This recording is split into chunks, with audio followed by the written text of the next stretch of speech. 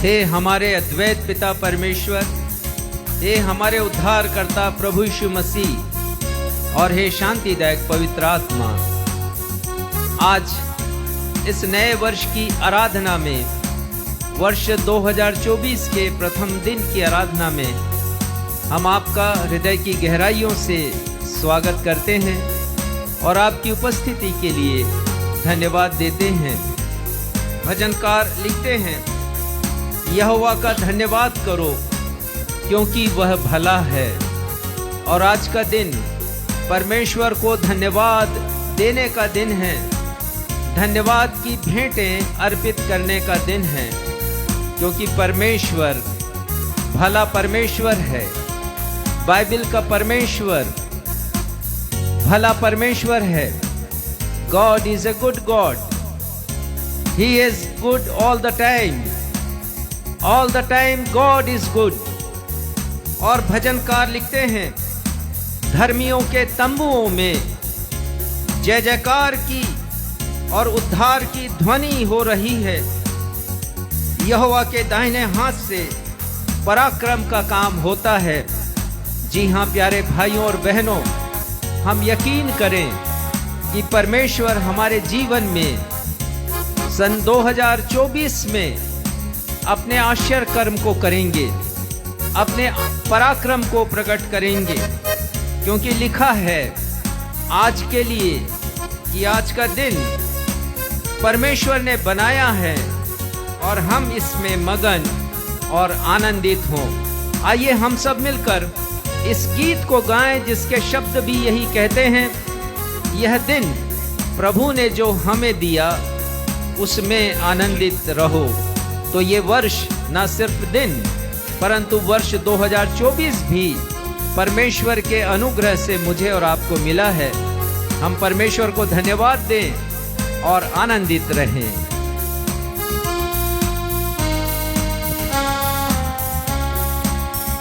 यह दिन प्रभु ने जो हमको दिया उसमें आनंदित रहो। यह दिन प्रभु ने जो हमको दिया उसमें आनंदित रहो।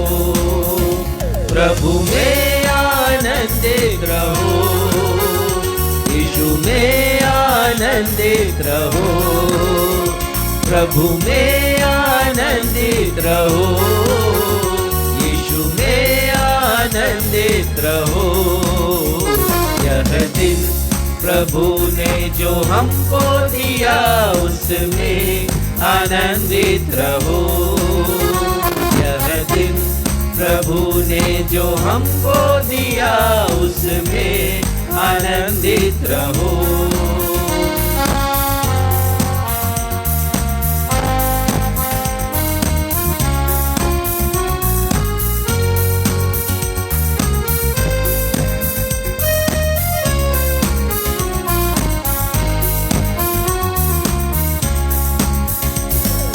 कीमती रक्त दिया है, दिल से धन्यवाद करो।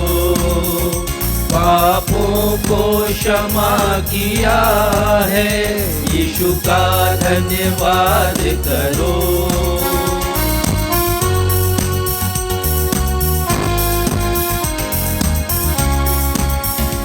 अपना कीमती रक्त दिया है, दिल से धन्यवाद करो। पापों को क्षमा किया है, यीशु का धन्यवाद करो। यीशु ने मुझे जीवन दिया, उसका जय जयकार करो। यीशु ने मुझे जीवन दिया, उसका जय जयकार करो। यह दिन प्रभु ने जो हमको दिया उसमें आनंदित रहो। यह दिन प्रभु ने जो हमको दिया उसमें आनंदित रहो।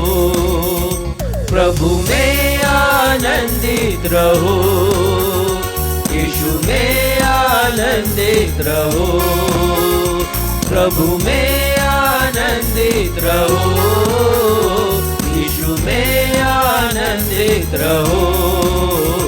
यह दिन प्रभु ने जो हमको दिया उसमें आनंदित रहो, उसमें आनंदित रहो, उसमें आनंदित रहो।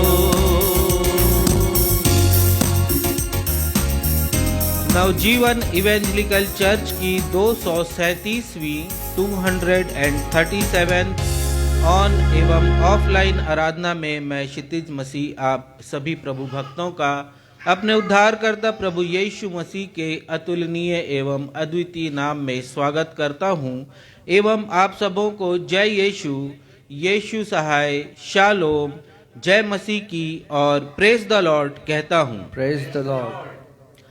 प्रिय भाई और बहनों, आप सबों को नव वर्ष 2024 की बधाई एवं शुभकामना देते हुए बताना चाहता हूं कि नए वर्ष के प्रथम दिन को पर्व और उत्सव के रूप में मनाने का इतिहास लगभग 4000 वर्ष पुराना है।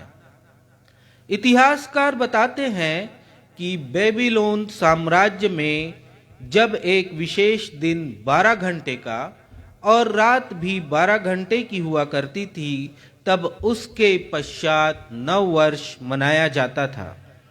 रोमन साम्राज्य के सम्राट जूलियस कैसर ने एक नया कैलेंडर बनाया और 1 जनवरी को नव वर्ष का प्रथम दिन होने के कारण उसे पर्व का रूप प्रदान किया। पोप ग्रेगरी 13वें में जब जूलियन सीजर के कैलेंडर में सुधार किया और ग्रेगोरियन कैलेंडर बनाया, तब उन्होंने आदेश दिया कि 1 जनवरी 1582 से समस्त कलीसियाओं में नया वर्ष एक पर्व, एक उत्सव, फेस्टिवल के रूप में मनाया जाए। तब से लेकर आज तक प्रोटेस्टेंट कलीसियाओं में भी नए साल का प्रथम दिन पर्व या त्योहार के रूप में लगातार निरंतर मनाया जा रहा है। इस दिन बीत गए वर्ष में परमेश्वर पिता के द्वारा दी गई आशीषों एवं किए गए उपकारों, मेहरबानियों, दया, कृपा, सहायता और अनुग्रह के लिए परमेश्वर पिता को धन्यवाद दिया जाता है और आने वाले वर्ष की चुनौतियों का सामना करने के लिए सामर्थ और मार्गदर्शन मांगा जाता है। आज हमारे पास्टर साहब आपको संदेश प्रदान करते हुए बताएंगे कि बाइबल का परमेश्वर एबेनेजर अर्थात सहायता करने वाला परमेश्वर है, जो प्रत्येक परिस्थितियों में हमें संभाल लेने की सामर्थ रखते हैं। अतः आप आज के संदेश को अवश्य ही सुनिएगा और आइए इस समय हम सब एक प्रेरणादायक गीत गाएं। अपने अपने स्थानों पर खड़े होकर इस गीत के शब्द हैं, राहों में कांटे अगर हों, रुकना नहीं, चलते जाना।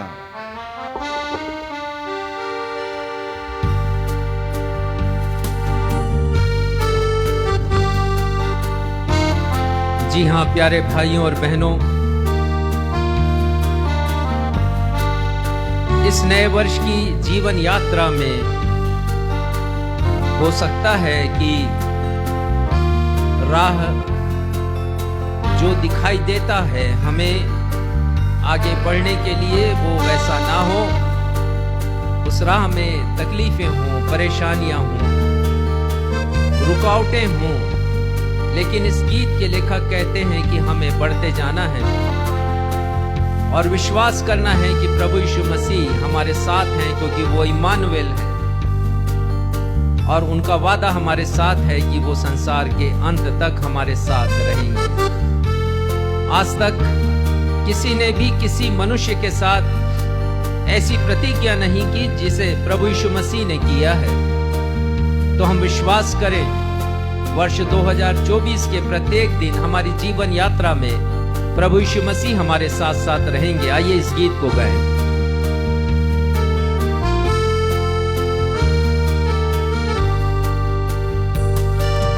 राहों में कांटे अगर हों, रुकना नहीं चलते जाना। यीशु तेरे साथ है, ये तो विश्वास करना। संसार के अंत तक वो तेरे साथ है। राहों में कांटे अगर हों, रुकना नहीं चलते जाना। यीशु तेरे साथ है, ये तू विश्वास करना। संसार के अंत तक वो तेरे साथ है।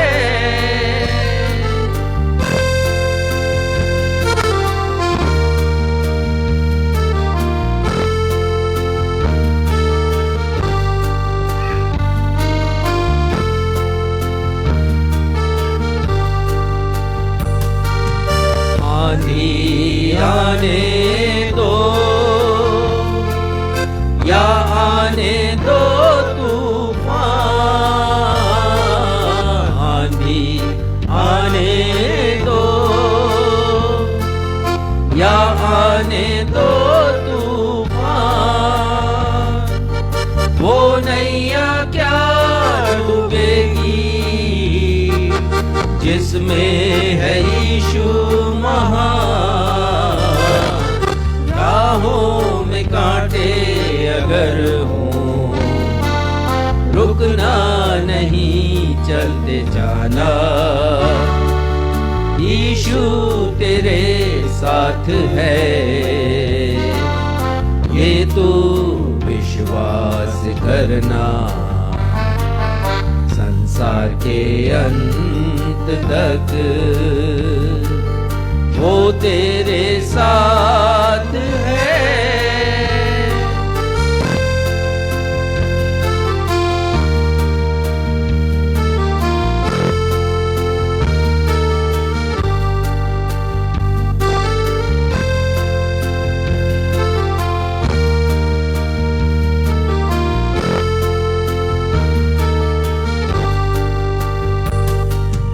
दुख से भरी है जिंदगी, मुसीबत भरे रास्ते हैं। दुख से भरी है जिंदगी, मुसीबत भरे रास्ते हैं। दुख दूर हो जाएंगे तेरे, कर तू यीशु के साथ है। राहों में कांटे अगर हों, रुकना नहीं चलते जाना। यीशु तेरे साथ है, ये तो विश्वास करना। संसार के अंत तक वो तेरे साथ है।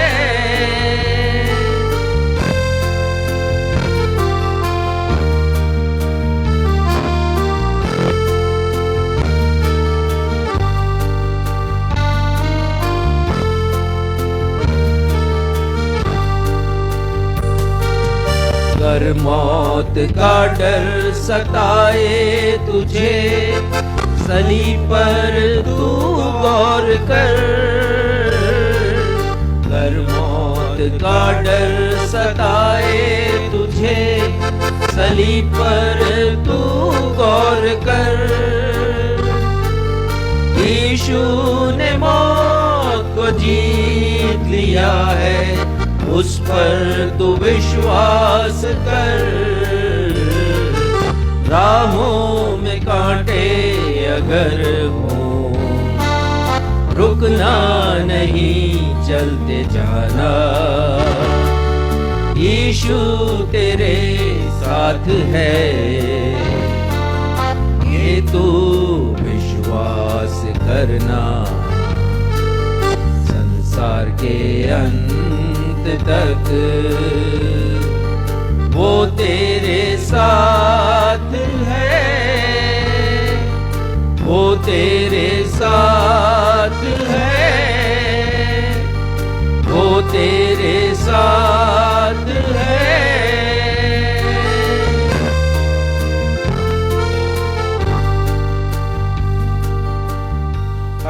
हम अपने अपने स्थानों पर ऐसे ही खड़े रहते हुए उत्तरवादी पाठ के लिए निकाल लेंगे भजन संहिता की पुस्तक अध्याय 63 पद 1 से 8, भजन संहिता 63 वर्स 1 to 8, और इसे पढ़ने में अगुवाई भाई सक्षम मसीह करेंगे।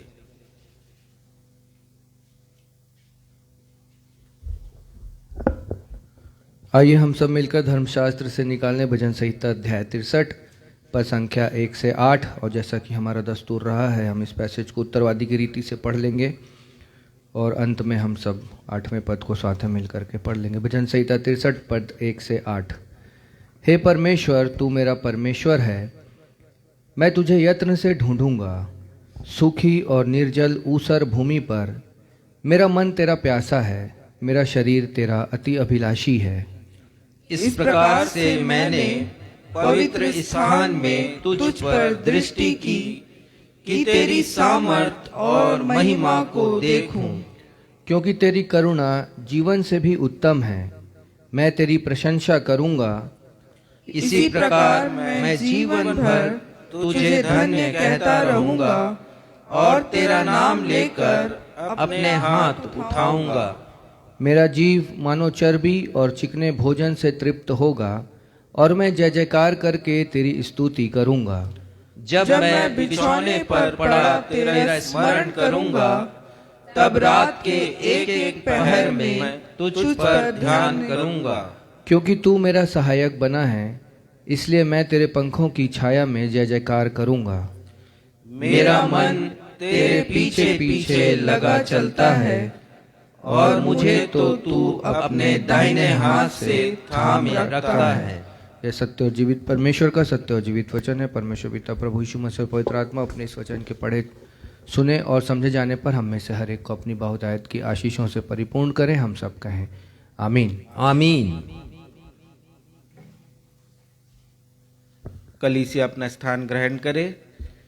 अब हमारी कलीसिया के पास्टर साहब को अवसर होगा कि वे हम सबों को कलीसियाई सूचनाओं से अवगत कराएंगे। सूचनाओं के पश्चात वे मध्यस्थता की प्रार्थना में अगुवाई भी करेंगे। यदि आप लोगों के पास कोई प्रार्थना निवेदन हो अथवा आप अपनी गवाहियों को हमारे साथ शेयर करना चाहते हैं और चाहते हो कि हम आपके लिए प्रार्थना करें, तो फेसबुक के कमेंट बॉक्स पर अपने निवेदनों को आप प्रेषित कर सकते हैं। हम निरंतर आप लोगों के लिए प्रार्थना कर रहे हैं और करेंगे।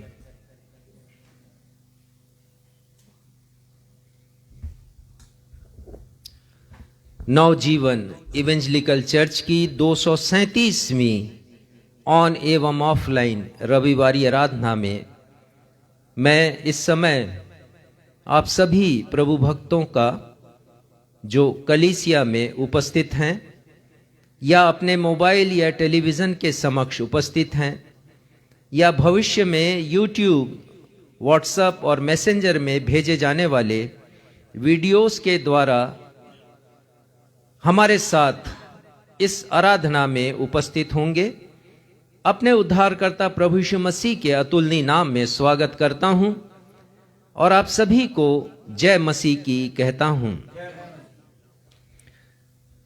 सूचना इस प्रकार से है।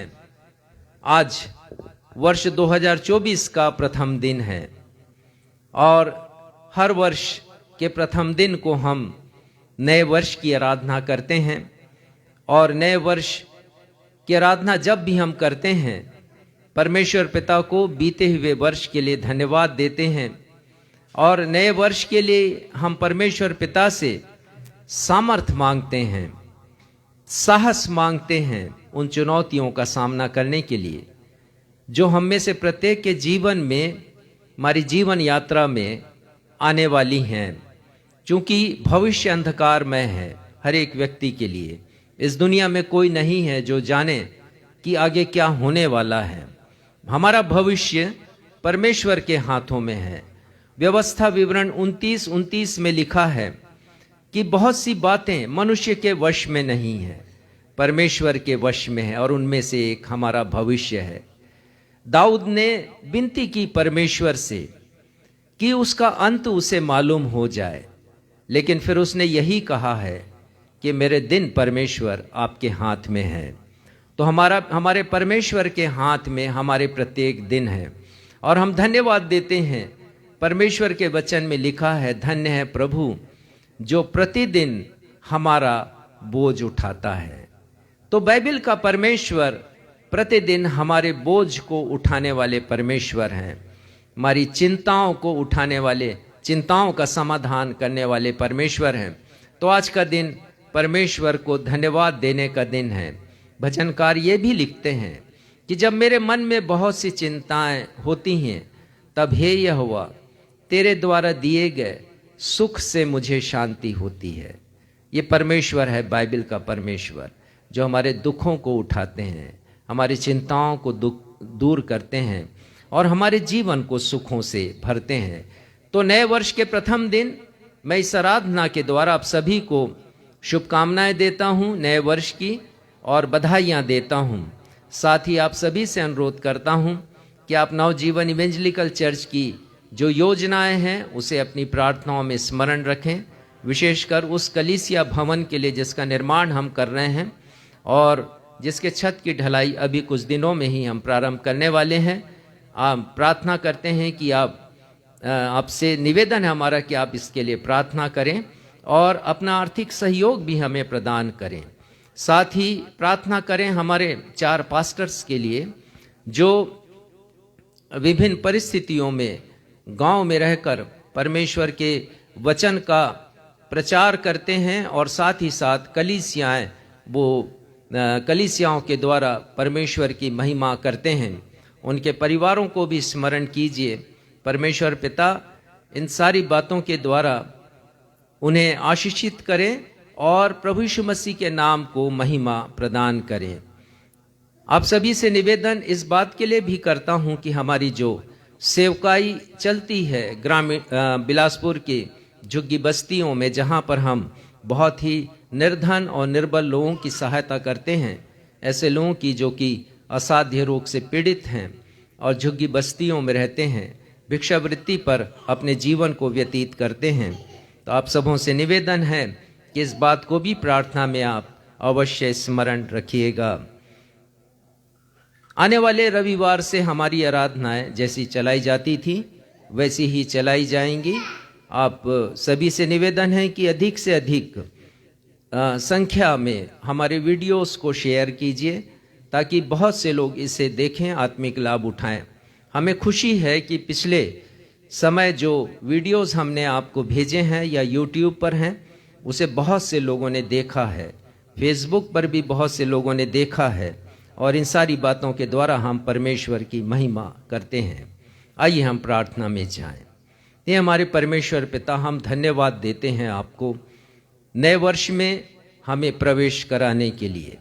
पिता, हम धन्यवाद देते हैं आपकी सारी प्रतिज्ञाओं के लिए जिन्हें आपने हमसे किया है, और वचन कहता है पिता कि आपकी प्रतिज्ञाएं हाँ और आमीन के साथ हैं, प्रभु यीशु मसीह के साथ वो पूरी होती हैं।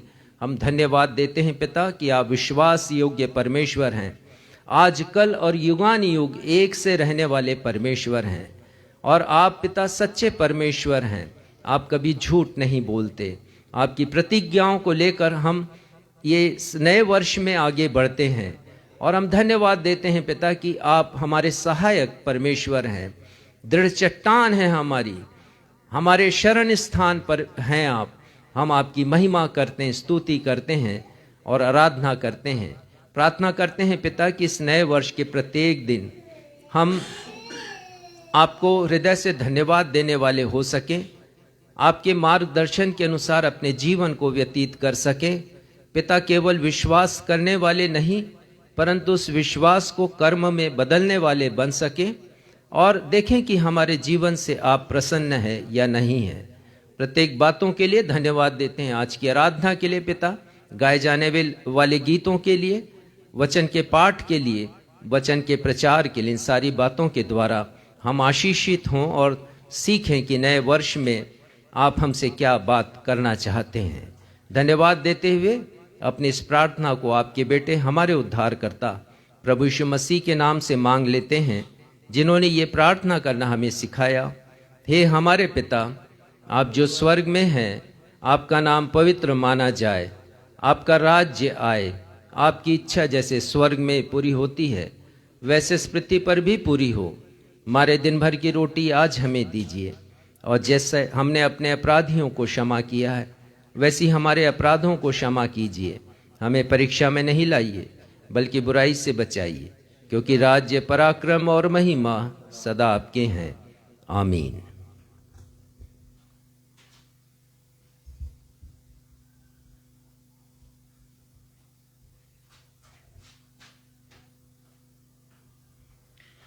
अब हम सभी के लिए अवसर होगा, हम स्मरण करें वर्ष 2023 में प्रभु के द्वारा किए गए उपकारों को, हम स्मरण करें उनके द्वारा दी गई आशीषों को, चंगाइयों को, और अपने धन्यवादी हृदय को प्रभु के समक्ष प्रस्तुत करें, प्रकट करें।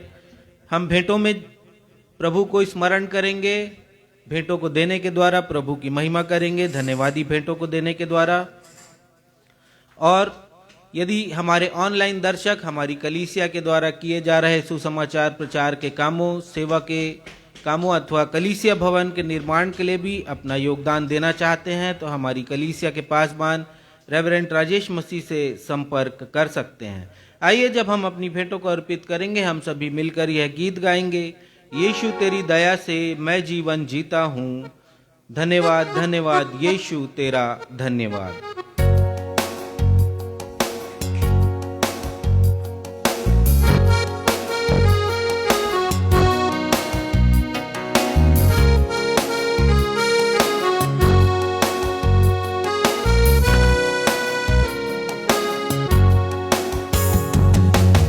यीशु तेरी दया से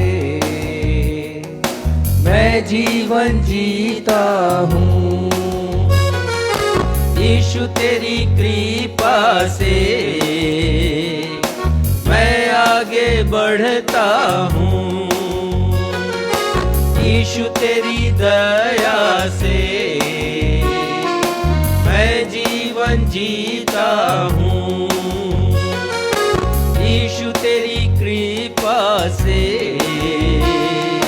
मैं आगे बढ़ता हूँ। धन्यवाद धन्यवाद यीशु तेरा धन्यवाद, धन्यवाद धन्यवाद यीशु तेरा धन्यवाद।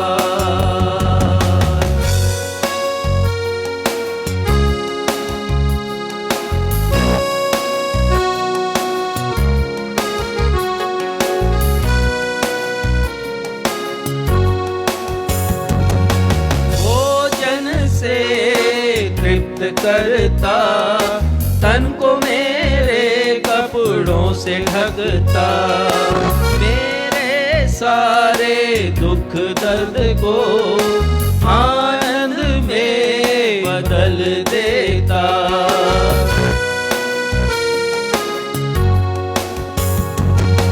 भोजन से तृप्त करता तन को मेरे कपड़ों से ढकता, मेरे सारे दुख दर्द को आनंद में बदल देता। धन्यवाद धन्यवाद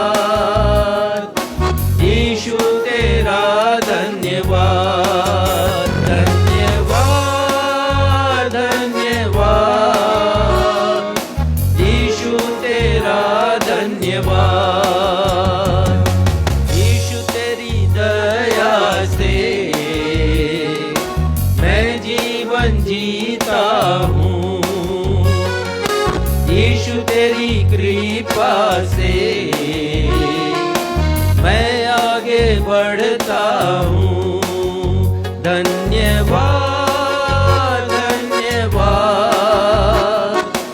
यीशु तेरा धन्यवाद, धन्यवाद, धन्यवाद,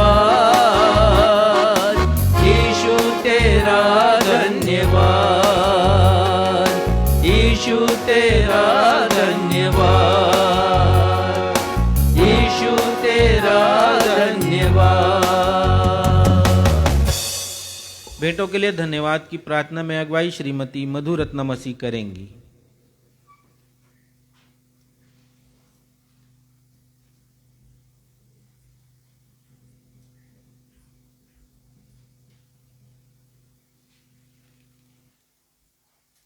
आइए अपने सरों को झुकाएं, हम प्रार्थना में जाएंगे।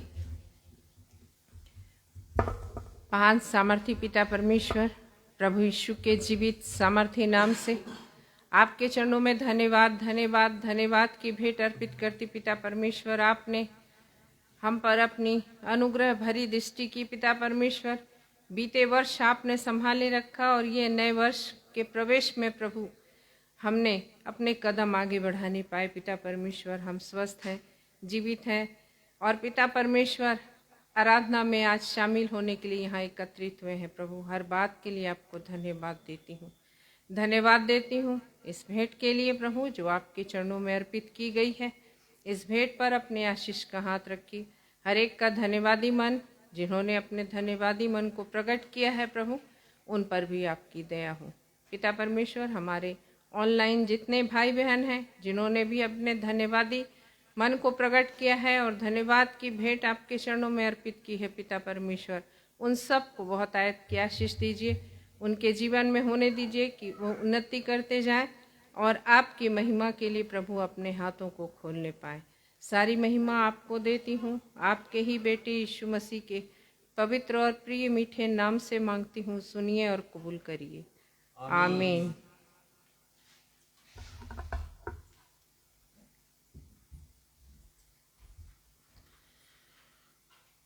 पवित्र शास्त्र बाइबल से पाठों के पठन का समय होगा। पहला पाठ पुराने नियम से लिया गया है। पहला शामुएल अध्याय 7 पद 1 से 6 एवं पद 10 से 13। इसे पढ़ने में अगुवाई श्रीमती बीना मसीह करेंगी। दूसरा पाठ जो नए नियम से लिया गया है, इब्रानियों की पत्री अध्याय 13 पद 5 से 8। इसे पढ़ने में अगुवाई बहन आकांक्षा मसीह करेंगी।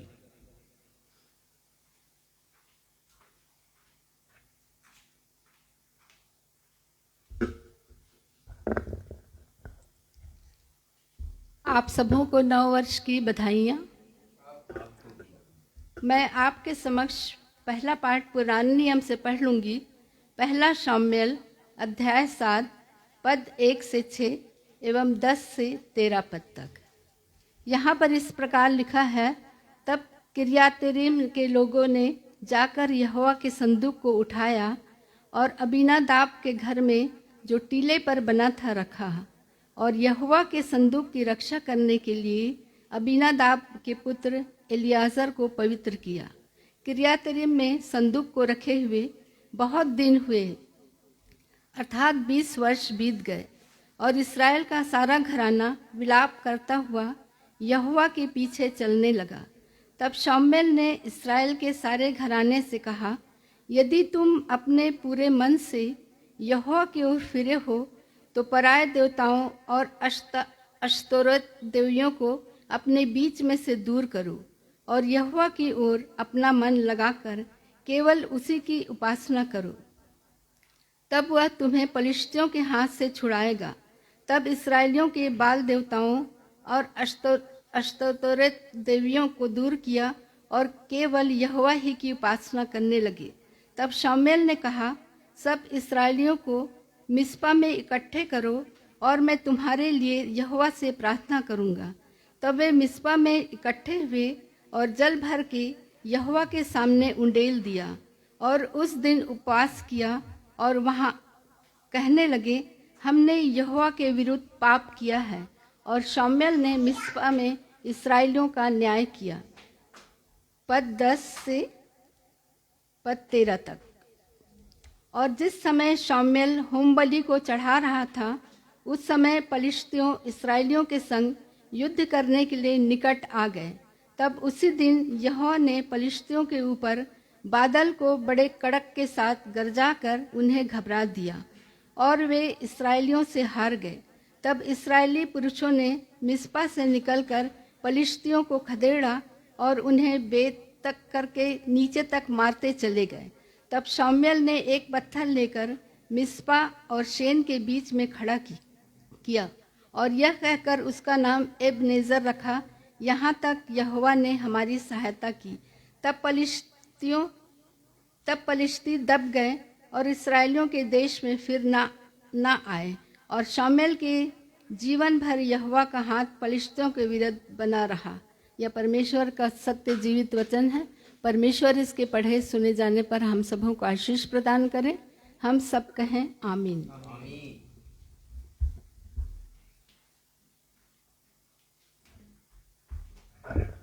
आप सबों को जय मसीह की। मैं आप लोगों के सामने पढ़ लूंगी नए नियम से इब्रानियों अध्याय 13 पद 5 से लेकर 8 तक। तुम्हारा स्वभाव लोभ रहित हो और जो तुम्हारे पास है उसी पर संतोष करो, क्योंकि उसने आप ही कहा है, मैं तुझे कभी ना छोड़ूंगा और ना कभी तुझे त्यागूंगा। इसलिए हम निडर होकर कहते हैं, प्रभु मेरा सहायक है, मैं ना डरूंगा। मनुष्य मेरा क्या कर सकता है? जो तुम्हारे अगुवे थे और जिन्होंने तुम्हें परमेश्वर का वचन सुनाया है, उन्हें स्मरण रखो और ध्यान से उनके चाल चलन का अंत देखकर उनके विश्वास का अनुकरण करो। यीशु मसीह कल और आज और युगान युग एक सा है। परमेश्वर पढ़े हुए वचन पर आशीष दे। हम सब कहे आमीन। सुसमाचार पाठ के आधार में हम सभी अपने स्थानों पर खड़े हो जाएंगे। आज का सुसमाचार का पाठ जो लिया गया है यूहन्ना रचित सुसमाचार अध्याय 14 पद 13 से 18।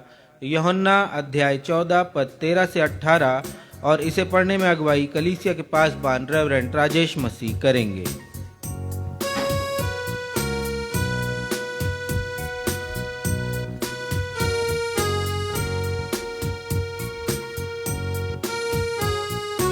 आज का सुसमाचार का पाठ यूहन्ना रचित सुसमाचार उसका 14वां अध्याय उसके पद संख्या 13 से लेके पद संख्या 18 तक।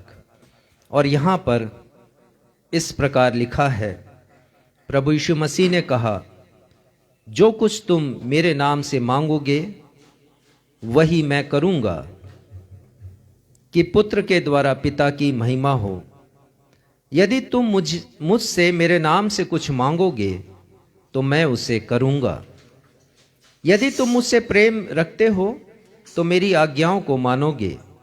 मैं पिता से विनती करूंगा और वह तुम्हें एक और सहायक देगा कि वह सर्वदा तुम्हारे साथ रहे, अर्थात सत्य का आत्मा, जिसे संसार ग्रहण नहीं कर सकता, क्योंकि वह ना उसे देखता है और ना उसे जानता है। तुम उसे जानते हो क्योंकि वह तुम्हारे साथ रहता है और वह तुम में होगा। मैं तुम्हें अनाथ नहीं छोड़ूंगा, मैं तुम्हारे पास आता हूं। ये प्रभु यीशु ख्रिस्ट का सुसमाचार है। हे प्रभु यीशु ख्रिस्ट, आपके नाम की महिमा हो। हम सब कहें आमीन। आमीन। कलीसिया अपना स्थान ग्रहण करे। अब हम सभी के लिए सुनहरा समय होगा जब हम आज नव वर्ष 2024 के प्रथम दिन परमेश्वर पिता के जीवित वचन से उनके अभिषिक्त दास रेवरेंड राजेश मसीह के द्वारा एक प्रेरणादायक, अर्थपूर्ण और सारगर्भित संदेश सुन लेंगे। और आज के संदेश का विषय है, यदि परमेश्वर ने वर्ष 2023 में हमें संभाला है, वे हमें वर्ष 2024 में भी संभालेंगे। If God has taken care of us in the year 2023, then He will take care of us in the year 2024 also.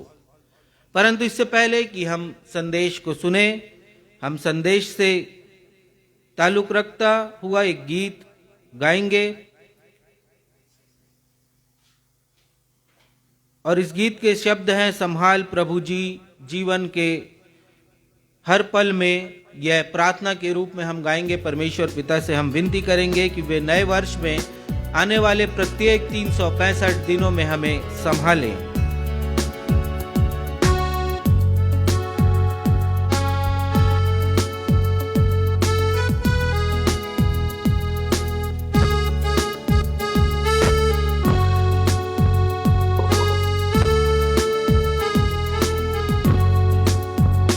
संभाल प्रभु जी जीवन के हर पल में, संभाल यीशु जी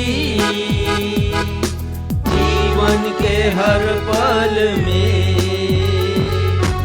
अभी तक हमको संभाला तूने, आगे भी अगुवाई कर। अभी तक हमको संभाला तूने, आगे भी अगुवाई कर। संभाल प्रभु जी जीवन के हर पल में, संभाल यीशु जी जीवन के हर पल में।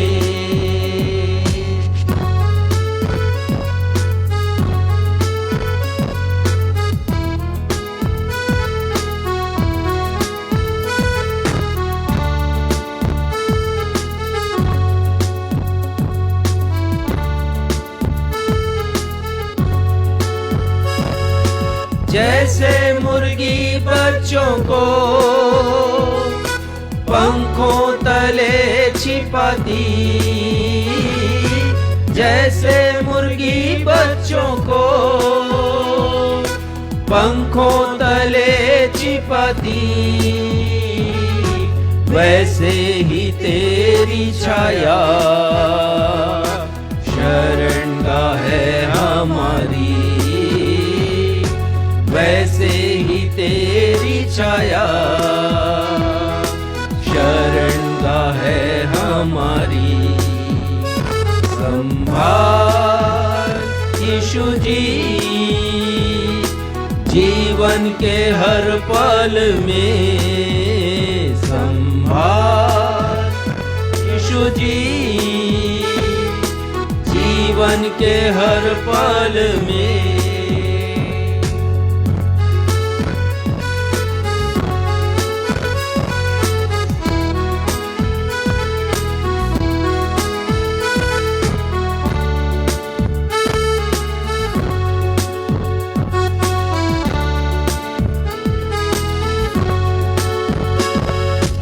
सनातन के यहोवा तू ही हमारा गढ़ है। सनातन के यहोवा तू ही हमारा गढ़ है। तेरे वचन से हमने जीवन में ज्योति पाई।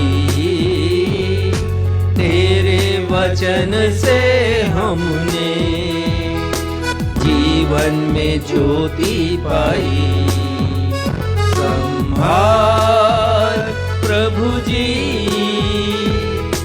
जीवन के हर पल में, संभाल यीशु जी जीवन के हर पल में।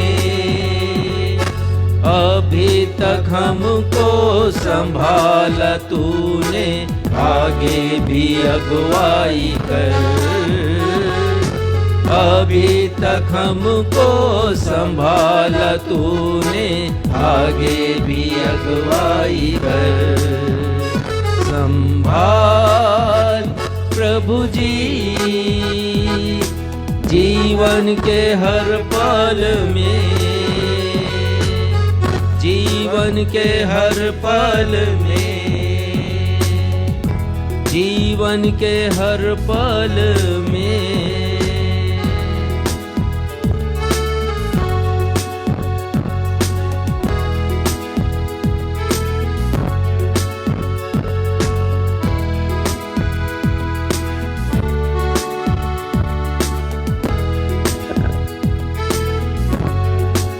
आज जिस विषय के ऊपर हम मनन करेंगे वो विषय है, परमेश्वर पिता ने मुझे और आपको वर्ष 2023 में संभाला है, तो वे वर्ष 2024 में भी हमें संभाल लेंगे। ये कितना अच्छा विषय है और इस विषय में एक विश्वास है परमेश्वर के ऊपर, उस परमेश्वर पर जो प्रतिज्ञाओं के धनी हैं, विश्वास योग्य परमेश्वर हैं, जिस परमेश्वर ने हमें संभाला है वर्ष 2023 में, वो वर्ष 2024 में भी हमें संभाल लेंगे।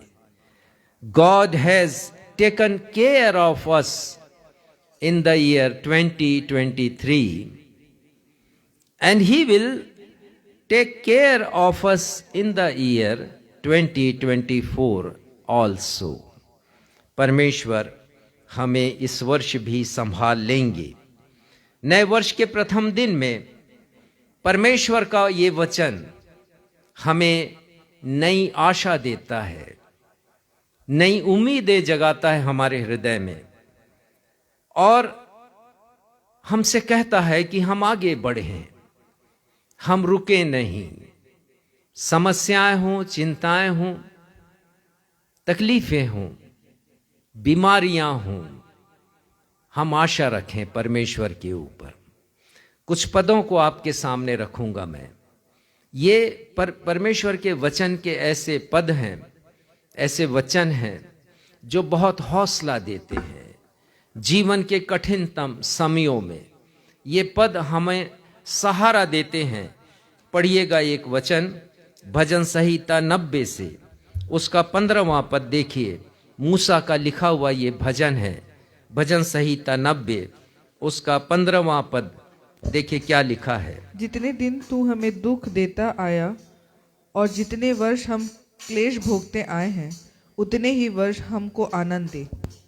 कितना साहस बंधाने वाला ये पद है, जो ये कहता है कि जितने दिन परमेश्वर पिता हमने दुख पाया है, जितने वर्ष हमने क्लेश भोगा है, उतने ही वर्ष आनंद के हमारी झोली में आप डाल दीजिए। कितना आशान्वित करता है ये पद। और उसी प्रकार इसी का 14वां पद पढ़िएगा, इसी अध्याय का। भोर को हमें करुणा से तृप्त कर कि हम जीवन भर जय जयकार और आनंद करते रहें। वर्ष 2024 के प्रत्येक दिन के प्रत्येक सुबह के समय, भोर के समय, ये हमारी प्रार्थना होनी चाहिए कि परमेश्वर पिता अपनी करुणा से हमें तृप्त कर दें कि मैं और आप जीवन भर परमेश्वर का जय जयकार करें और आनंद करते रहें। ये पद हमें कितना हौसला देते हैं प्रतिदिन के जीवन में, और ऐसा ही हो। फिर देखिए आज का जो पाठ पढ़ा गया उत्तरवादी की रीति से 63 भजन संहिता, उसका 3 और 4 पद देखिए क्या लिखा है उसमें। क्योंकि तेरी करुणा जीवन से भी उत्तम है। तेरी करुणा जीवन से भी उत्तम है। और हम कोरस भी गाते हैं, जीवन से भी उत्तम तेरी करुणा। परमेश्वर की करुणा हमारे जीवन से भी अधिक मूल्यवान है। ये कितनी अच्छी बात भजन के लिखने वाले लिखते हैं। और पद 7 को पढ़िएगा, 7। क्योंकि तू मेरा सहायक बना है। परमेश्वर हमारे सहायक हैं। दिन प्रतिदिन के जीवन में परमेश्वर हमारे सहायक हैं, और इसलिए मैं तेरे पंखों की छाया में जय जयकार करूंगा। मैं तेरे पंखों की छाया में। परमेश्वर के पंख को हमेशा शरण स्थान के रूप में बतलाया गया है। जैसे मुर्गी गीत गाया हमने, मुर्गी अपने बच्चों को पंखों के तले रखती है, वो शरण स्थान बनाती है। तो परमेश्वर के पंखों के तले हमारा भी शरण स्थान है, क्योंकि लिखा है कि जैसे मुर्गी अपने बच्चों को अपने पंखों के तले लेती है, परमेश्वर ने भी चाहा बहुत बार कि वो हमें अपने शरण में ले ले। पर ये मनुष्य विद्रोही स्वभाव का है, वही रहना नहीं चाहता परमेश्वर के शरण में। लेकिन मैं और आप रहें वर्ष 2024 के प्रत्येक दिन में। फिर आइए हम चलते हैं भजन संहिता 126 में और देखिए वहाँ क्या लिखा है। 126 भजन संहिता, उसके वर्ष 4 को पढ़िएगा, चौथे पद को। हे यहोवा, दक्षिण देश के नालों के समान हमारे बंदियों को लौटा लिया। देखिए उसमें लिखा है यहोवा ने हमारे साथ बड़े बड़े काम किए हैं। ये भजन संहिता 105 के चौथे पद में लिखा है, मैंने संदर्भ गलत बतला दिया। 126 का तीसरा में भी यही बात लिखी, तीसरा पद पढ़िएगा। यहोवा ने हमारे साथ बड़े बड़े काम किए हैं और इससे हम आनंदित हैं। तो हमें देखने की आवश्यकता है, पीछे पलट कर देखने की आवश्यकता वर्ष 2023 में कि परमेश्वर ने हमारे जीवन में कितने बड़े बड़े काम किए हैं। हो सकता है कि हम बीमार रहे हों, चंगाइयाँ दी हों, हो सकता है कि परिवार में कुछ ऐसा घट गया हो जिसकी अपेक्षा ना हो, लेकिन परमेश्वर पिता ने आश्चर्य कर्म किया हो और हमारे जीवन को बहाल किया हो। हम परमेश्वर को धन्यवाद दें। और हो सकता है कि जीवन में हमने तरक्की पाई हो, सफलता पाई हो, परीक्षा में सफल हुए हों, परमेश्वर को धन्यवाद दें क्योंकि उन्होंने बड़े बड़े काम हमारे जीवन में किए हैं। इसी के 5वें पद में देखिए कितनी अच्छी प्रतिज्ञा यहाँ पर है परमेश्वर के वचन में। 5वां पद, भजन संहिता 126 5वां पद। जो आंसू बहाते हुए बोते हैं वे जय जयकार करते हुए लवने पाएंगे। हाँ, आंसू बहाते हुए बोते हैं। हमारे जीवन में भी ये होता है। बहुत बार ऐसा नहीं कि सुख की वादियों से ही हमें गुजरना पड़ता है। यदि मसीही जीवन है तो दुखों से भी होकर जाना पड़ता है। तभी दाऊद ने भजन संहिता 23 लिखा, वो मुझे हरी हरी चराइयों में बिठाता है, सुखदाई जल के झरने के पास ले चलता है, वो मेरे जी में जी ले आता है। ये जीवन का वो सुखमय क्षण है। लेकिन आगे लिखते हैं, चाहे मैं घोर अंधकार से भरी हुई तराई से होकर चलूं तो भी हानि से नहीं डरूंगा क्योंकि तू मेरे साथ रहता है। यही है खूबी मसीही जीवन की।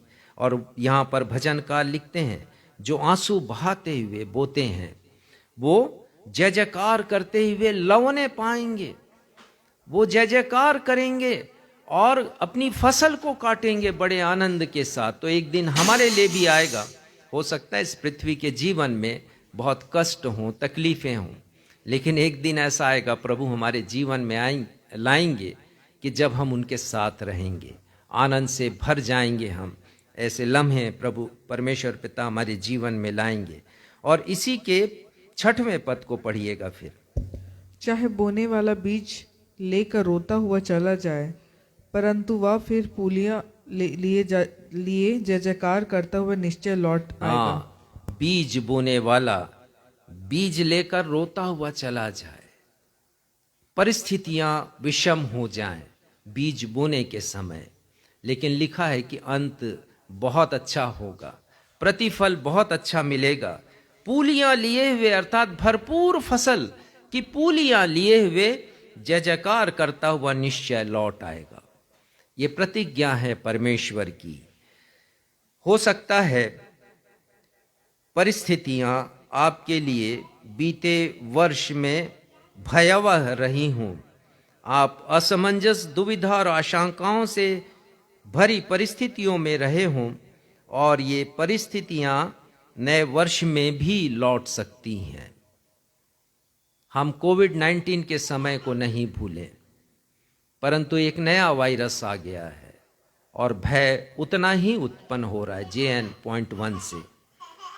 तो परिस्थितियां फिर से लौट सकती हैं। ऐसा नहीं है कि हमेशा हमारे लिए आकाश नीला हो, आसमान नीला हो, दुख के बादल भी छा सकते हैं, लेकिन बाइबल कहती है गॉड इज अवर हेल्पर, परमेश्वर मेरा सहायक है। तो हमारी यही प्रार्थना है, मेरी प्रार्थना है आप सभी के लिए कि 1 जनवरी आज के दिन से वर्ष 2024 के अंतिम दिन 31 दिसंबर तक परमेश्वर मेरे और आपके सहायक बने रहें, और हम भी मूसा नबी के समान परमेश्वर से विनती करें, परमेश्वर से विनती करें कि जितने वर्ष हम क्लेश भोगते आए हैं परमेश्वर पिता, उतने वर्ष हमें आनंद से भर दीजिए। इन दिनों जब मैं नए वर्ष का संदेश तैयार कर रहा था तो मुझे बाइबल के यादगारी के पत्थरों से बड़ी प्रेरणा मिली और आत्मिक ऊर्जा मिली है। और आज नए वर्ष में उन आत्मिक आशीषों को आपके साथ शेयर करना चाहूँगा और आज के विषय को मैं बताना भी चाहूँगा। आपको फिर से रिपीट करना चाहूँगा। आज का विषय परमेश्वर पिता ने मुझे और आपको वर्ष 2023 में संभाला है, वे वर्ष 2024 में भी संभाल लेंगे। God has taken care of us in the year 2023 and He will take care of us in the year 2024 also. Bible में 4 स्थानों पर यादगारी के तौर पर पत्थर को प्रतीक चिन्ह माना गया है। परमेश्वर के भक्त अगुओं ने 3 स्थानों पर और 1 स्थान के बारे में मैं अंत में बताऊंगा। और ये इसलिए प्रतीक चिन्ह खड़े किए गए, यादगारी के मेमोरेबल मॉन्यूमेंट जिनको कह सकते हैं, ताकि आने वाली पीढ़ी के लोग उन पत्थरों को देखकर स्मरण करें कि उनके पूर्वजों के साथ परमेश्वर ने किस तरह की भलाइयां की हैं और कठिन समय में परमेश्वर ने उनकी किस तरह सहायता की है।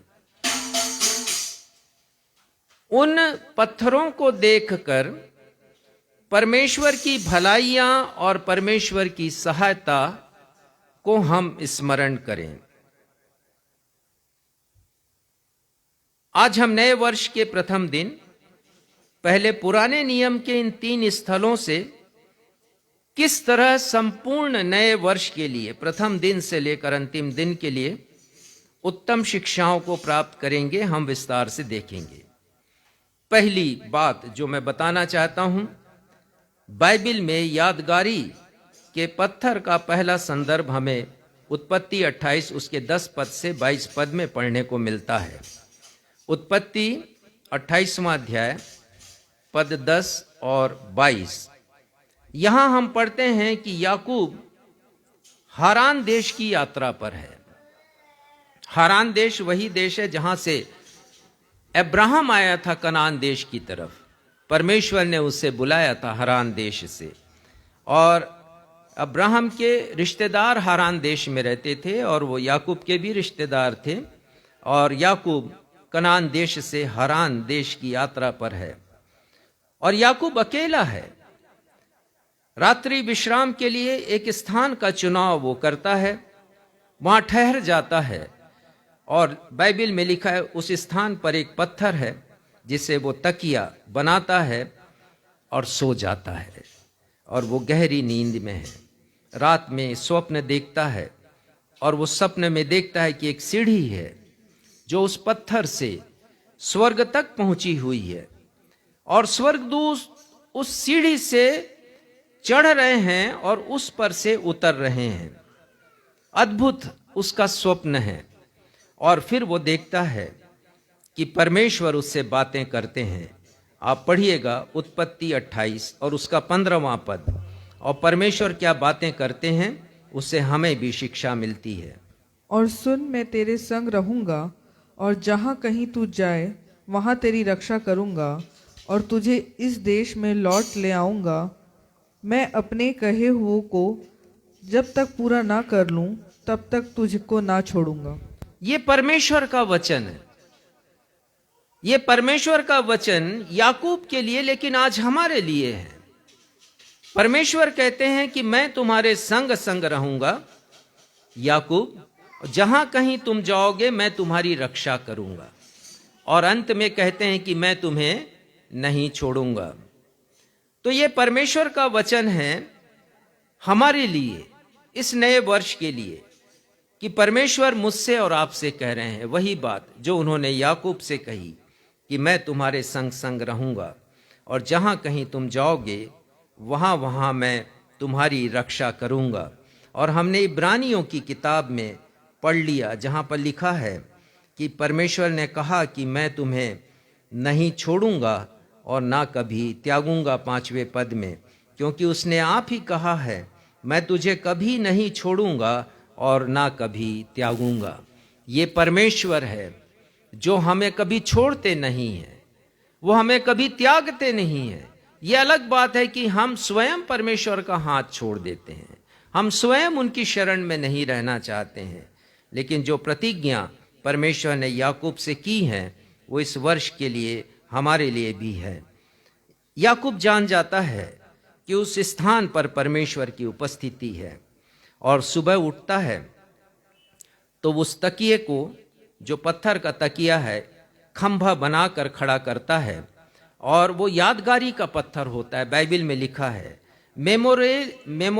मेमोरियल स्टोन, और उस स्थान का नाम वो बेतेल रखता है। हिब्रू भाषा में बेतेल का अर्थ है हाउस ऑफ गॉड, परमेश्वर का भवन। हमारे लिए अब हमारा हृदय बेतेल है, हम सभी के लिए। यदि नए नियम में यदि हम देखें, एक पद निकालिएगा, 2 कुरिन्थियों 3 अध्याय 16वां पद, हाउस ऑफ गॉड, परमेश्वर का भवन बेतेल अब हमारा स्वयं का हृदय है। देखिए क्या लिखा है, 2 कुरिन्थी 3 अध्याय 16वां पद। परंतु जब कभी उनका हृदय प्रभु की ओर नहीं, क्षमा करेंगे, 1 कुरिन्थी निकालिए 3 अध्याय 16वां पद।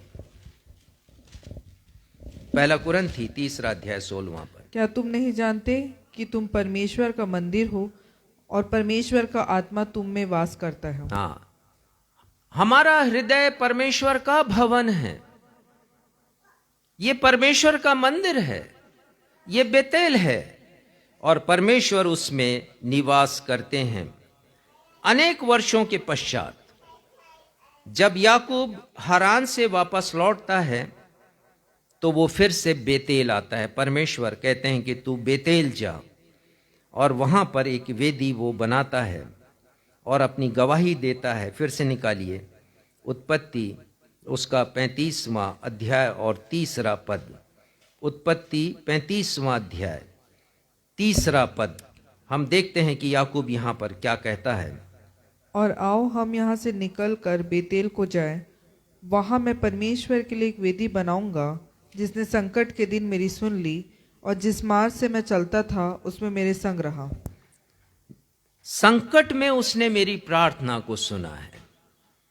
तो हम निश्चित जाने कि ये बाइबल का परमेश्वर हमारी तकलीफों को देखने वाला परमेश्वर है, हमारे संकट में हमारे साथ रहने वाला परमेश्वर है।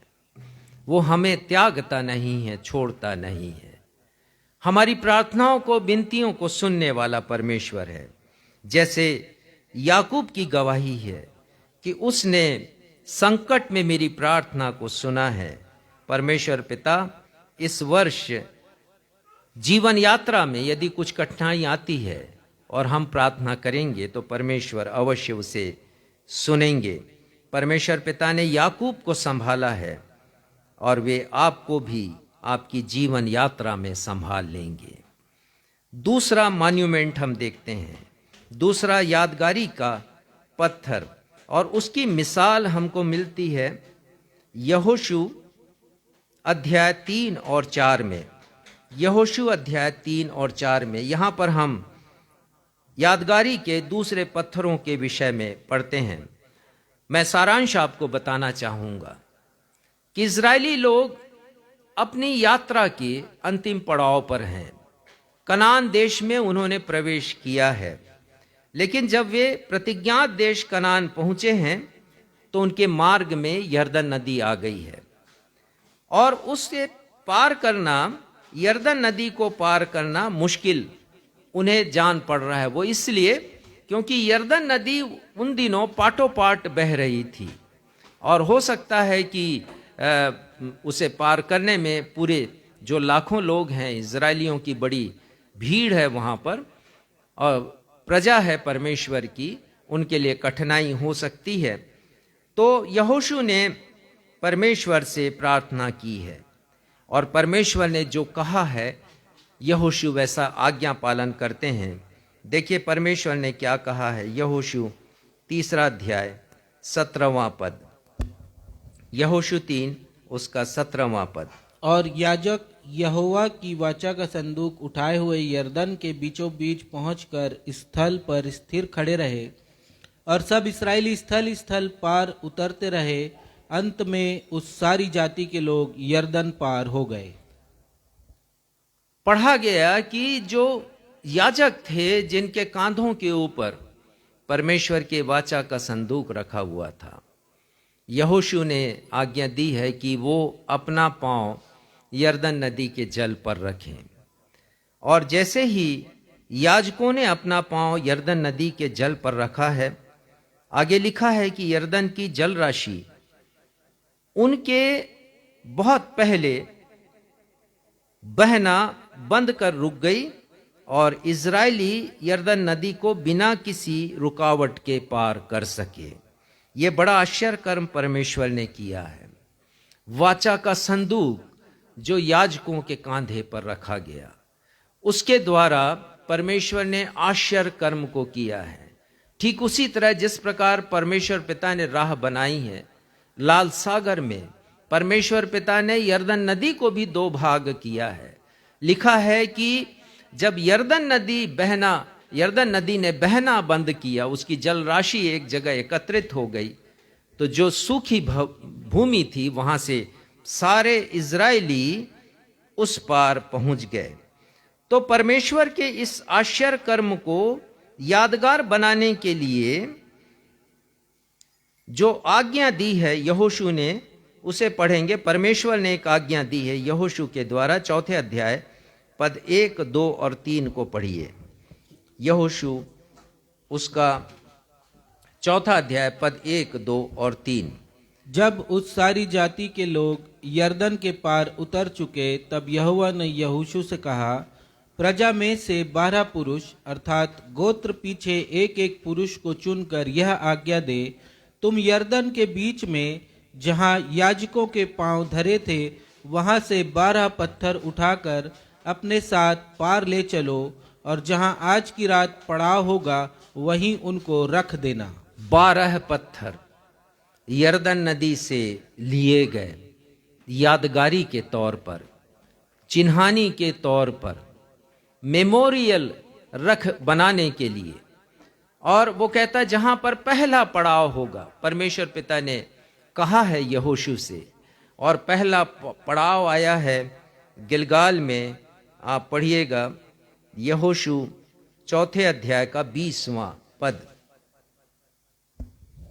और जो 12 पत्थर यरदन में से निकाले गए थे उनको यहोशू ने गिलगाल में खड़े किए।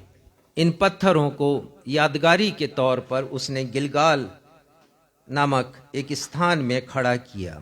और क्यों खड़ा किया है उसका विवरण हमें पढ़ने मिलता 4 अध्याय के 6वें और 7वें पद में।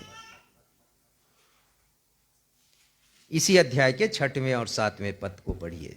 जिससे यह तुम लोगों के बीच चिन्ह ठहरे, और आगे को जब तुम्हारे बेटे यह पूछें इन पत्थरों का क्या मतलब है, तब तुम उन्हें यह उत्तर दो कि यरदन का जल यहोवा की वाचा के संदूक के सामने से 2 भाग हो गया था, क्योंकि जब वह यरदन पार आ रहा था तब यरदन का जल 2 भाग हो गया। अपने बच्चों को बतलाना, ये तुम्हारी गवाही का कारण बने कि परमेश्वर के वाचा के संदूक के प्रभाव से यरदन नदी का जल 2 भाग में बट गया था। जिस यरदन नदी को पार करना मुश्किल था, परमेश्वर ने उस मुश्किल को आसान किया।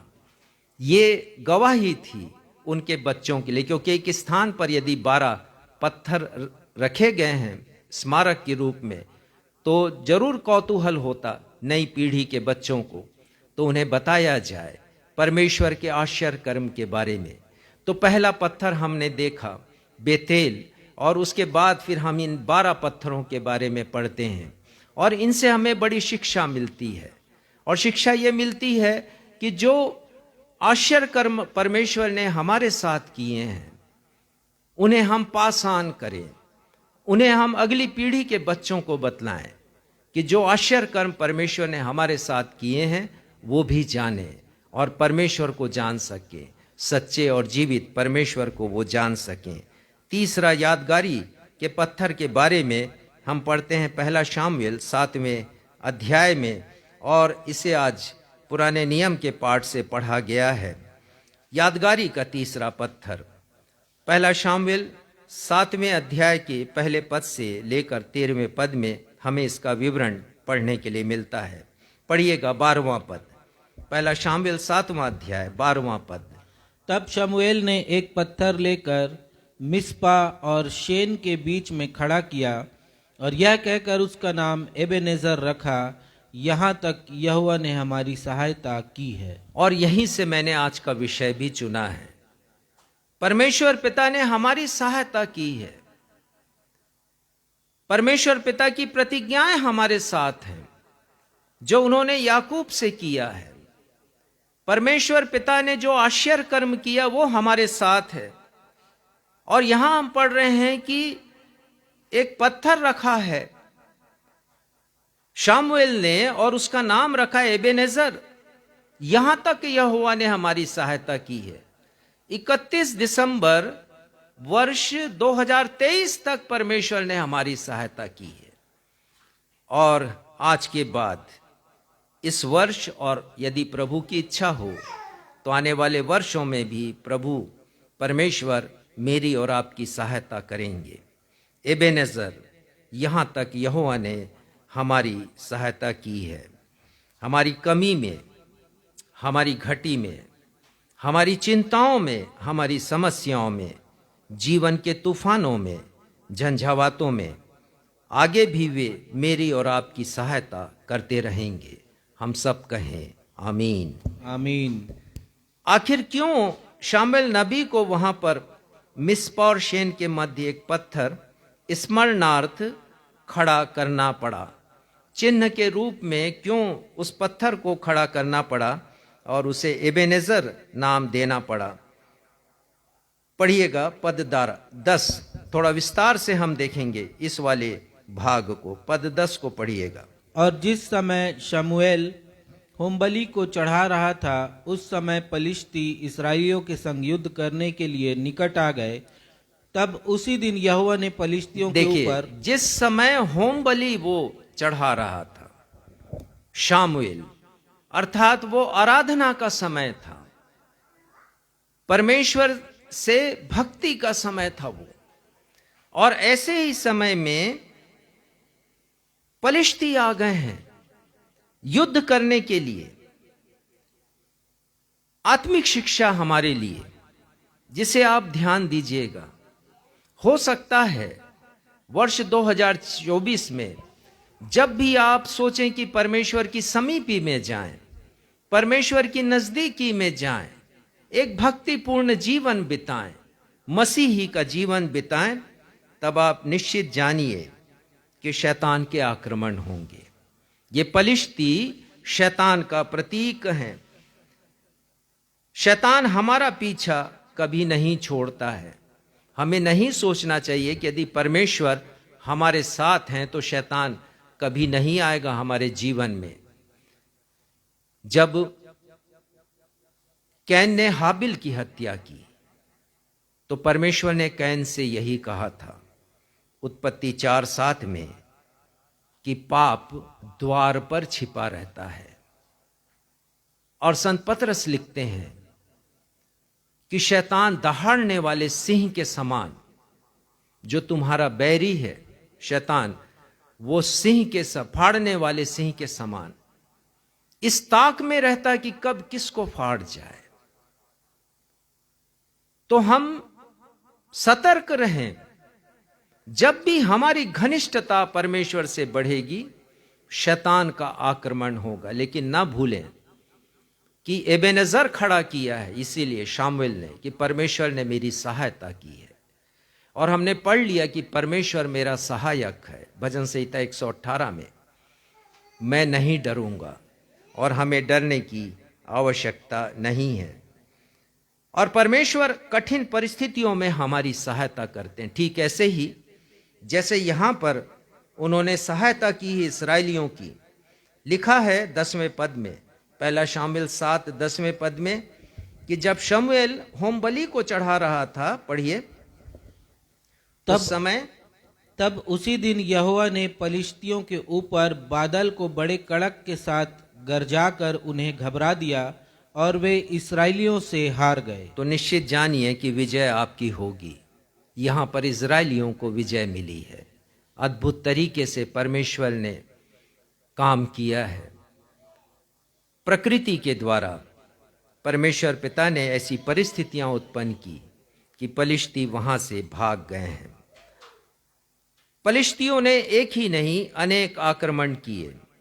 ऐसे समय में शामुएल नबी ने पहला शामुएल 7वें अध्याय के 3 पद में इस्राएलियों को 4 उत्तम शिक्षाएं दी हैं, और ये शिक्षाएं आज हमारे लिए भी उतनी ही प्रासंगिक हैं। How we can get rid of bondage of Satan. 4 सूत्र हैं। शैतान के बंधनों से हम आजाद कैसे हो सकते हैं, शैतान का मुकाबला हम कैसे कर सकते हैं, ये 4 सूत्र हैं जिसे शामुएल नबी ने इजराइलियों को दिए हैं, लेकिन आज हमारे लिए भी उतने ही ये प्रभावशाली हैं, प्रासंगिक हैं। पहली बात देखिए, 3 पद के प्रथम हिस्से को पढ़िएगा। तब शमूएल ने इस्राएल के सारे घराने से कहा, यदि तुम अपने पूर्ण मन से यहोवा की ओर फिरे हो। पहली बात वो कह रहे हैं कि तुमको पूरे मन के साथ यहोवा की ओर फिरना है, मन को फिराना है, अर्थात अपना समर्पण करना है। मन फिराने का मतलब होता है कि संसार से परमेश्वर की ओर आना, शैतान के राज्य को छोड़कर, उसकी दासता को छोड़कर परमेश्वर के राज्य की ओर आना, परमेश्वर की अधीनता को स्वीकार करना, यह है मन फिराना। सिर्फ कहकर नहीं कि मैं तो परमेश्वर को मानता हूं, परंतु पूरे मन से वो कहते हैं तुमको मन फिराना है। तुम्हारे जीवन में परिवर्तन आना बहुत जरूरी है, तुम्हारे आचरण में, व्यवहार में, चाल चलन में। और जब तक ये परिवर्तन नहीं होगा, तब तक ये सिद्ध नहीं होगा कि तुमने मन फिराया है। भजन संहिता 63:8, आज का भजन जो उत्तरवादी की रीति से पढ़ा गया, उसमें लिखा है, मेरा मन तेरे पीछे पीछे लगा चलता है।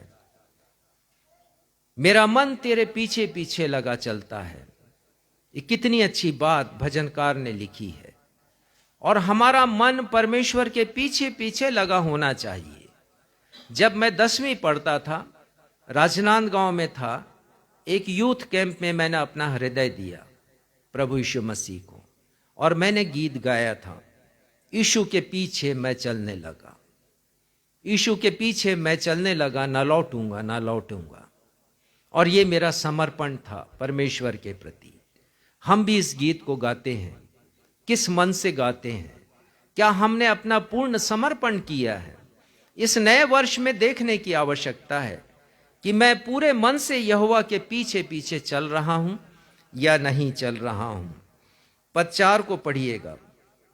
अब दूसरा बिंदु हम देखेंगे, इसी के आगे पढ़िएगा जहां आपने खत्म किया था भी। यहोवा की ओर फिरे हो। दूसरी तो पराये देवताओं और अश्तोरेत देवियों को अपने बीच में से दूर करो। वो कहते हैं कि जो भी बाधा है तुम्हारे और परमेश्वर के मध्य में, उसे तुम्हें दूर करना है।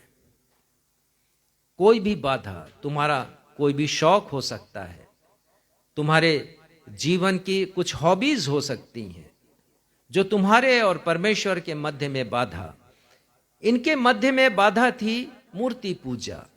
इजरायली मूर्ति पूजा करते थे, और परमेश्वर पिता यदि सबसे अधिक घृणा करते हैं तो वो मूर्ति पूजा, क्योंकि परमेश्वर के मान सम्मान आदर को वो कम करता है। वो मनुष्यों की बनाई हुई कृति होती है। और परमेश्वर पिता कहते हैं कि मैं तुम्हारा परमेश्वर हूं।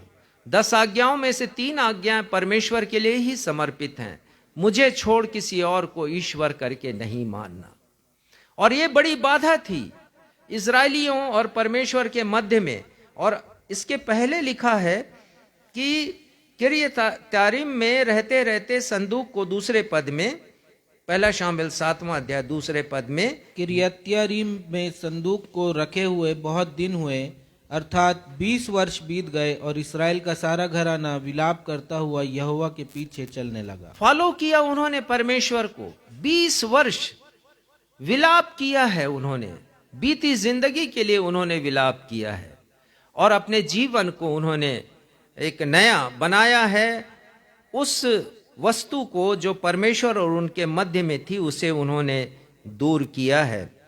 और हमें भी इस सिद्धांत का अनुसरण करना चाहिए। देखिए चौथे पद में क्या लिखा है, 7वें अध्याय के चौथे पद में, तब इस्राएलियों ने बाल देवताओं और अश्तोरेत देवियों को दूर किया, केवल यहोवा की उपासना वो करने लगे।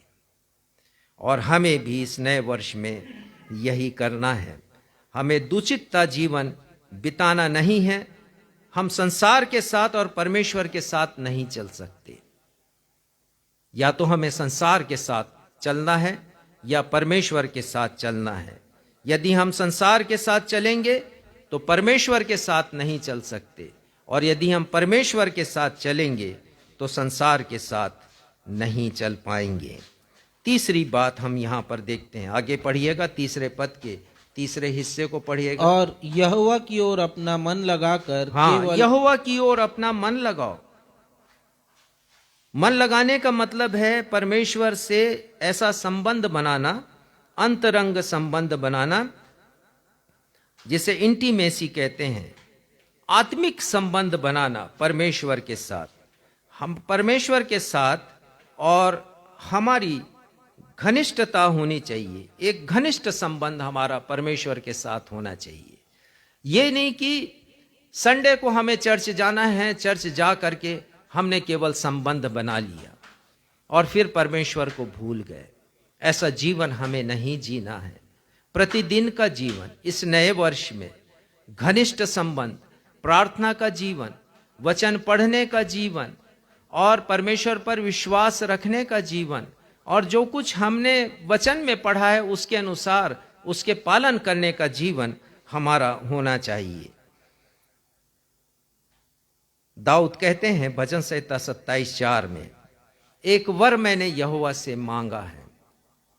और वो वर मांगते हैं, वरदान मांगते हैं, और वरदान धन संपत्ति का नहीं मांगते। वो अपने राज्य को और विस्तार देने का वरदान वो नहीं मांगते। वो कहते हैं एक वर मैंने यहोवा से मांगा है और उसी के यत्न में मैं लगा रहूंगा कि मैं परमेश्वर के भवन में रहने पाऊं, परमेश्वर के भवन में जीवन भर रहने पाऊं और उसकी मनोहरता पर दृष्टि लगाए रखूं। यह है आत्मिक संबंध, घनिष्ठ संबंध। केवल ये नहीं कि त्योहार में परमेश्वर से संबंध बनाने के लिए चले गए, केवल ये नहीं कि जब जन्मदिन आया तब चले गए कलीसिया भवन में संबंध बनाने के लिए, केवल ये नहीं जब विवाह की वर्षगांठ आई तभी संबंध बना लिया। मौका परस्त हम ना बने परमेश्वर के साथ, परंतु हमेशा का संबंध बना करके रखें। चाहे दुख हो चाहे सुख हो, परमेश्वर के साथ हमारा आत्मिक संबंध बना रहना चाहिए। और यही बात यहां पर शामुएल भविष्यद्वक्ता इजरायलियों के साथ करते हैं। चौथी बात हम देखेंगे, अंतिम पद 3 का अंतिम हिस्सा पढ़िए। और यहोवा की ओर अपना मन लगाकर केवल उसी को उपासना करो। हाँ, तब केवल यहोवा की ओर मन लगाकर उसी की उपासना करो। केवल परमेश्वर की आराधना, परमेश्वर की भक्ति, केवल एक परमेश्वर पर विश्वास करना, बाइबल का जो सच्चा परमेश्वर है उसी की आराधना करना, उपासना करना। संत पौलुस लिखते हैं 1 तीमुथियुस 2 अध्याय के 5वें पद में, परमेश्वर एक ही है, there is only one God. और परमेश्वर और मनुष्यों के मध्य एक ही मध्यस्थ है, एक ही बिचवई है, और वो प्रभु यीशु मसीह है। तो जब हम ऐसा करेंगे, ये चार बातें जो उन्होंने इजराइलियों के लिए कही, यदि हम करेंगे तो क्या होगा? पहला शामुएल 7वें अध्याय के 13वें पद को पढ़िएगा, देखिए क्या लिखा है वहां। तब पलिश्ती दब गए और इजरायलियों के देश में फिर न आए, और सैमुएल के जीवन भर हमारी समस्याएं दूर होंगी जब हम ऐसा करेंगे। हम समस्याओं को नए नजरिए से देखेंगे और देखेंगे कि परमेश्वर किस प्रकार से उन्हें दूर करते हैं। इब्रानी 13 अध्याय के 6वें पद में लिखा है कि प्रभु मेरा सहायक है, मैं ना डरूंगा, मनुष्य मेरा क्या कर सकता है। और आगे लिखा है 8वें पद में, यीशु मसीह कल और आज और युगानुयुग एक सा परमेश्वर है। एबेनेज़र हमारे जीवन में एक स्मारक बन जाए इस नए वर्ष में, और हम याद रखें कि परमेश्वर मेरी सहायता करेंगे, परमेश्वर मुझे संभाल लेंगे जीवन की विपरीत परिस्थितियों में। और इन 3 पत्थरों में सबसे अधिक महत्वपूर्ण है, सबसे अधिक प्रशंसनीय है, सबसे अधिक बहुमूल्य, एक पद निकालिए, पहला पतरस 2 अध्याय 6वां पद। सबसे अधिक महत्वपूर्ण, सबसे अधिक प्रशंसनीय, सबसे अधिक बहुमूल्य, महिमा के योग्य, यादगारी के यदि कोई पत्थर है तो वो केवल प्रभु यीशु मसीह है। पढ़िएगा पहला पतरस 2 अध्याय 6वां पद। इस कारण पवित्र शास्त्र में भी आया है, देखो मैं सियोन में कोने के सिरे का चुना हुआ और बहुमूल्य पत्थर धरता हूँ, और जो कोई उस पर विश्वास करेगा वह किसी रीति से लज्जित नहीं होगा। ये पत्थर ऐसा पत्थर है जिस पर मुझे और आपको विश्वास करना है। और ये पत्थर कौन है? प्रभु यीशु मसीह। ये पत्थर प्रभु यीशु मसीह स्वयं है, और जो कोई उस पर विश्वास करेगा वह किसी रीति से लज्जित नहीं होगा। और ये पत्थर प्रभु यीशु मसीह है, और हमें उन पर आश्रित होना है, विश्वास करना है इस नए वर्ष में पूरे मन से। 2 अध्याय के 7वें पद को, इसके आगे के पद को पढ़िएगा। अतः तुम्हारे लिए जो विश्वास करते हो वह तो बहुमूल्य है, पर जो विश्वास नहीं बहुमूल्य करते, पत्थर है, ये मूल्यवान पत्थर है। इस पत्थर को राजमिस्त्रियों ने, बड़े बड़े जो आर्किटेक्ट हैं, उन्होंने इसे निकम्मा ठहरा दिया। ये आर्किटेक्ट किसके बारे में बातचीत कर रहे हैं? बड़े जो यहूदी लोग, पहुंचे हुए लोग, याजक और महायाजक, उन्होंने प्रभु यीशु मसीह को रिजेक्ट किया है, तिरस्कार किया है प्रभु यीशु मसीह का। ये बहुमूल्य पत्थर, कोने का सिरा, उस जमाने में जब भवन बनाए जाते थे तो सबसे मजबूत पत्थर को कोने पर लगाया जाता था। और यीशु मसीह वो दृढ़ चट्टान है मेरे और आपके लिए, और बहुमूल्य पत्थर हैं उनके लिए जो उन पर विश्वास करते हैं। और 8वें पद में क्या लिखा है, पढ़िए। और ठेस लगने का पत्थर और ठोकर खाने की चट्टान हो गया है। हाँ, कौन हो गया है? ये प्रभु यीशु मसीह। जो उनके ऊपर विश्वास नहीं करते उनके लिए यीशु मसीह ठोकर खाने की चट्टान है। संत पौलुस लिखते हैं, पहला कुरिन्थी 10वें अध्याय के 4 पद को पढ़िएगा। पहला कुरिन्थी 10वें अध्याय के 4 पद को, जहाँ लिखा है कि यीशु ही हम सबों की आत्मिक चट्टान है। पहला कुरिन्थी 10वें अध्याय का 4 पद।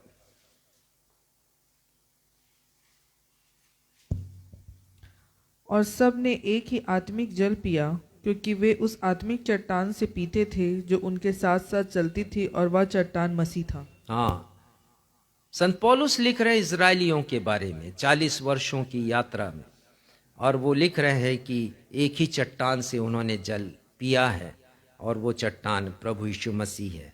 वो चट्टान मेरी और आपकी चट्टान है, और इसी यीशु रूपी चट्टान पर कलीसिया बनी है। मत्ती 16:18 में आया है, प्रभु यीशु मसीह ने प्रतिज्ञा की थी पतरस से कि पतरस, मैं तुझ पर अपनी कलीसिया बनाऊंगा। और पतरस का अर्थ ही होता है चट्टान। चट्टान पर, प्रभु यीशु मसीह पर हमारी ये कलीसिया बनी है और यीशु रूपी चट्टान पर हमें आत्मिक घर बनाना है। मत्ती 7:24 में लिखा है कि बुद्धिमान ने चट्टान पर घर बनाया और जो घर बनाया उसने विपदाएं आई हैं उसके ऊपर, लेकिन वो स्थिर खड़ा रहा है, इसलिए क्योंकि वो चट्टान पर बना था। और हम सीखते हैं कि वो चट्टान हमारे आत्मिक घर को बनाता है और वो चट्टान प्रभु यीशु मसीह है। प्रभु यीशु मसीह हमारी चट्टान है। भजन संहिता 18:2 हम निकालेंगे और देखेंगे कुछ पदों को और फिर मैं समाप्त करूंगा अपने संदेश को। भजन संहिता 18वां अध्याय और उसका 2 पद, जहां लिखा है कि यहोवा मेरी चट्टान है, परमेश्वर मेरी चट्टान है।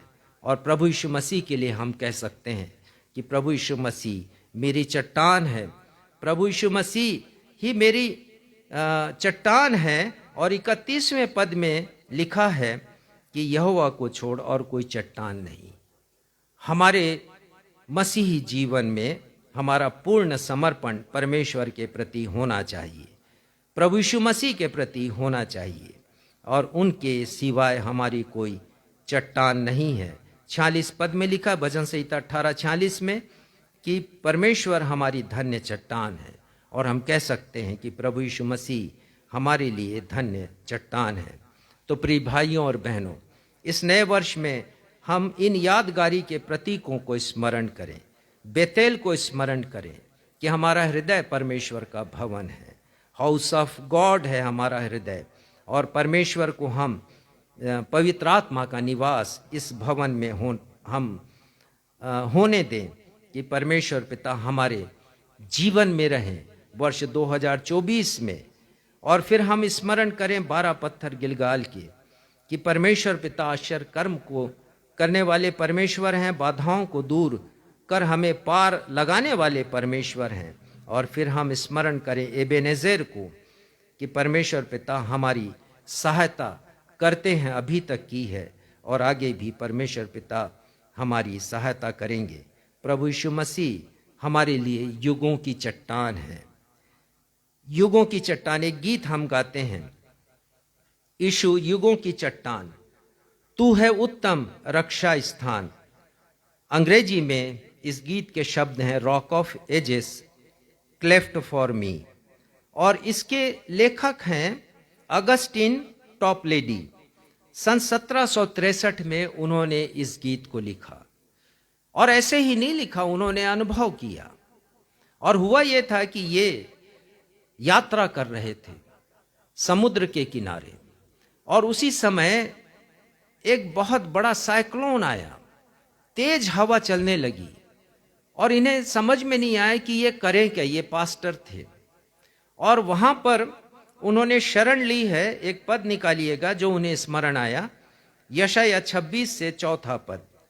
एक बड़ी चट्टान है और वहां पर उन्होंने शरण ली, और उसी समय उन्हें यह पद स्मरण आया और कहा उन्होंने कि परमेश्वर मेरी सनातन चट्टान है, परमेश्वर हमेशा रहने वाली मेरी चट्टान है, जिनके आश्रय में मैं अपने जीवन को बचा सकता हूं। पढ़िएगा यशायाह 26 उसका 4 पद। यहोवा पर सदा भरोसा रख, क्योंकि प्रभु यहोवा सनातन चट्टान है। और उसने सीखा कि परमेश्वर के ऊपर भरोसा कैसे रख सकते हैं। उस तूफान में, उस चक्रवाती तूफान में परमेश्वर पिता ने उसे सिखाया कि जिस प्रकार चट्टान ने तुम्हारी रक्षा की है, तुम्हारे जीवन को बचाया है, उसी प्रकार मैं भी सनातन चट्टान हूं, और यदि तुम विश्वास करोगे तो तुम्हारा जीवन बचेगा। जी हाँ प्यारे भाइयों और बहनों, हमें उस चट्टान पर जो प्रभु यीशु मसीह है हमें विश्वास करना है, परमेश्वर की प्रतिज्ञाओं पर विश्वास करना है वर्ष 2024 में, क्योंकि परमेश्वर का वादा है हम सभी के लिए कि वो हमें अनंत जीवन देंगे। वो चट्टान है, दृढ़ चट्टान है हमारे जीवन की, और जो वो कहते हैं उसे वो करते हैं। परमेश्वर पिता इस वचन के द्वारा हम में से हर एक को आशीष दे। आइए हम सब फिर से उस गीत को गाएं, संभाल प्रभु जी जीवन के हर पल में, और उसके 3 पद को हम सब मिलकर गाएंगे।